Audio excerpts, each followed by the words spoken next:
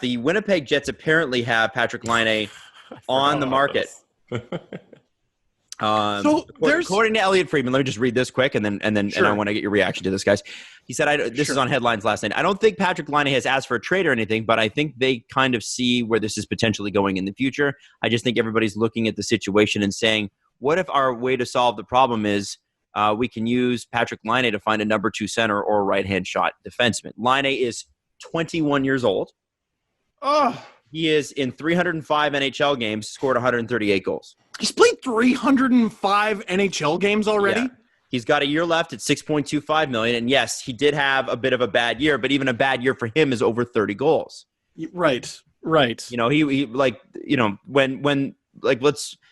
he did have that bad year, the second year or whatever, it was like, it's still over 30 goals. This guy is just getting started. Is this a deal?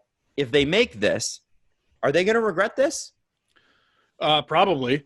It's funny.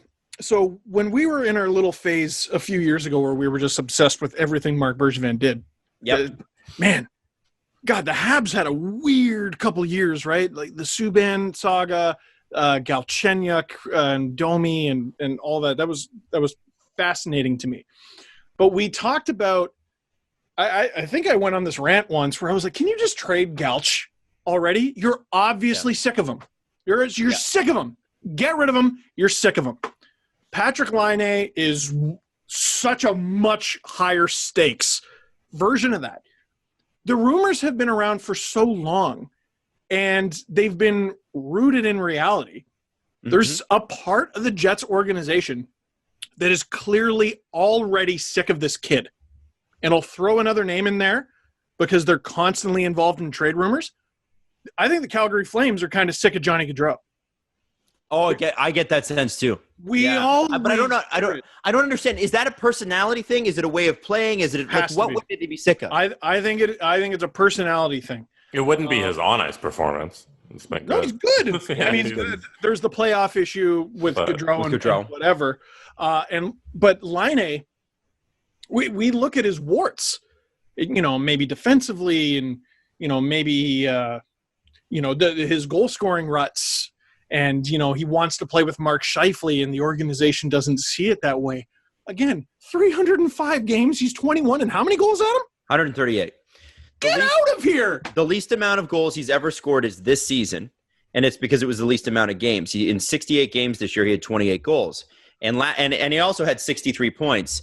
The year previous, 30 goals, 20 assists, 50 points in a full 82.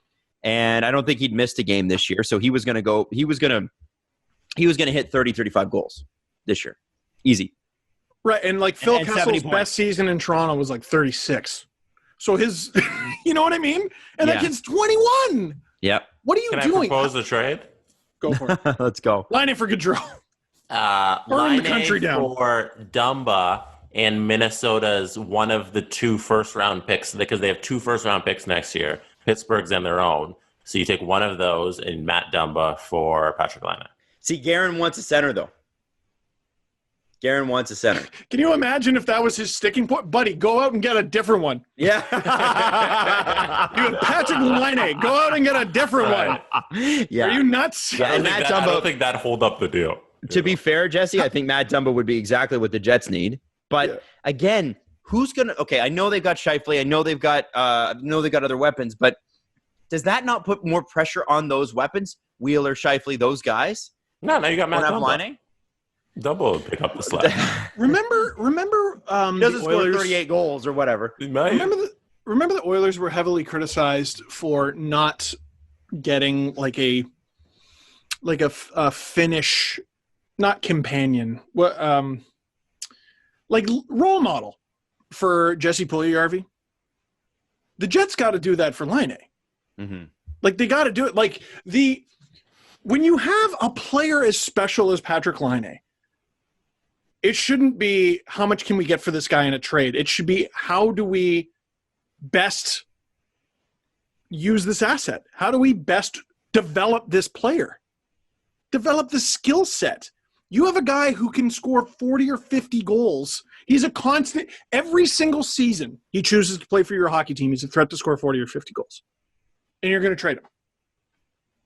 Like, and he's worked on his playmaking ability. We've already seen development in Patrik Laine's game. Mm-hmm. What's the problem here? Well, they just think that he's got value. He's okay. Like, so does Matthews. So does McDavid. Trade him. Yeah, like, no, but they have trouble signing free agents in Winnipeg. Let's just be frank about that. That's an issue. So you draft, and sometimes you are lucky enough to get the second overall pick. And you overpay a little bit too, probably. Probably not with this guy. 6.25 for a guy who's going to score 35, 40 goals. You go out and try to get that as a UFA this year. Go out and try to get, One thing they're probably concerned about, too, is that next contract. Because if he does go out and score the 50 goals, like that's cost you $10 million. And Winnipeg might not want to pay that and might look at it and say, okay, if we get two guys who we can spread that money to instead of giving one guy $10 million, maybe that's a better use of our money and our assets. Maybe, but then I think you gotta reevaluate your place in the world if you're worried about your players doing too good. You know what I mean? Is that a way to run a sports franchise? It's a good problem to have. Sure. But it's also circumstance in terms of the team you're running. You can't avoid your market. You can't avoid your budgets. It's a reality. Well, the Winnipeg Jets probably don't have an internal budget. They're extremely wealthy ownership, which is great. But all the same, the reality is do you want to allocate the amount of money? And it seems remember when Tyler Seguin was traded and it was like, well, there's certain ways that you play the game. There's ways that you play the game. But does he fit our culture? Does he fit our culture? Does he play the game the right way? Yeah, he's in the Stanley Cup final for the third time, by the way. Right. And has already won, obviously, and has and by all accounts is a mature grown man who plays center and defensively is responsible and scores a lot of points. He's done some boneheaded things, but a lot of them were when he was much younger. And, every conversation I've ever had with anybody about Tyler Seguin behind the scenes, he's exemplary. Yeah. So, maybe Patrik Laine is personally a little annoying to you. I don't know. I think he's funny as hell. Dude, that's the impression I'm getting. Yeah, but funny as hell gets you traded to Carolina, Dougie Hamilton. So stupid, which is really stupid. But I think, he's also 21 years old. And, put the contract aside. Because really, if you've got a player that you're paying $6.25 million to already, to raise him to, say, Jesse, $10 million is really only a $3 million or $3.5 million difference. It's not that big of a change. The reality, though, for me is that if you just don't like the guy, is that a way to run a sports franchise? If just because he makes comments about like Fortnite and stuff like that and it makes people laugh, and he's always been a self-assured guy from the second. Remember when there was that Laine versus Matthews debate, and they're like, this Laine kid, boy, he's a confident guy, knows he can score a bunch of goals, and he's coming to the NHL, and that is all he's done. And so you liked his confidence, you liked his swagger, you liked the personality that was there, and you liked the fact that he was ready to go. And then all of a sudden now here we are 3-4 years later, and it's like, well, I don't like the fact that he's confident. What would you rather him not be confident?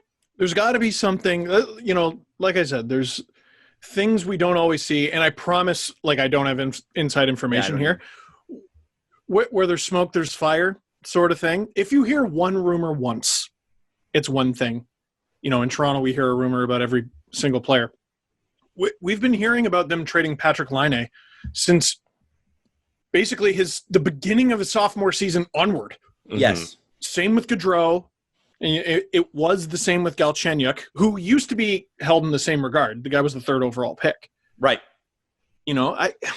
This might actually happen, and I think it's going to be a bad idea. And if you feel like if you're building like a staff as a manager and stuff, and you feel like somebody doesn't have the right attitude for the culture you're starting to build, I'm not going to hate you for moving on from that person. If they you better be right, though. It can bite you. Exactly. That's the thing. You better be right about your feelings towards that person, because if Patrik Laine is just a bit of a character and you don't want anybody with a personality, then you're wrong.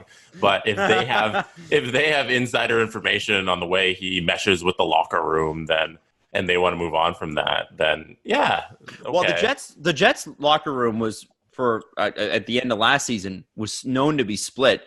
And they even talked. Blake Wheeler, I think, came up publicly and said I needed to work on my leadership skills and stuff like that. There was something there as well, and I don't know the specifics, and I don't know that any of that ever came out about what actually happened.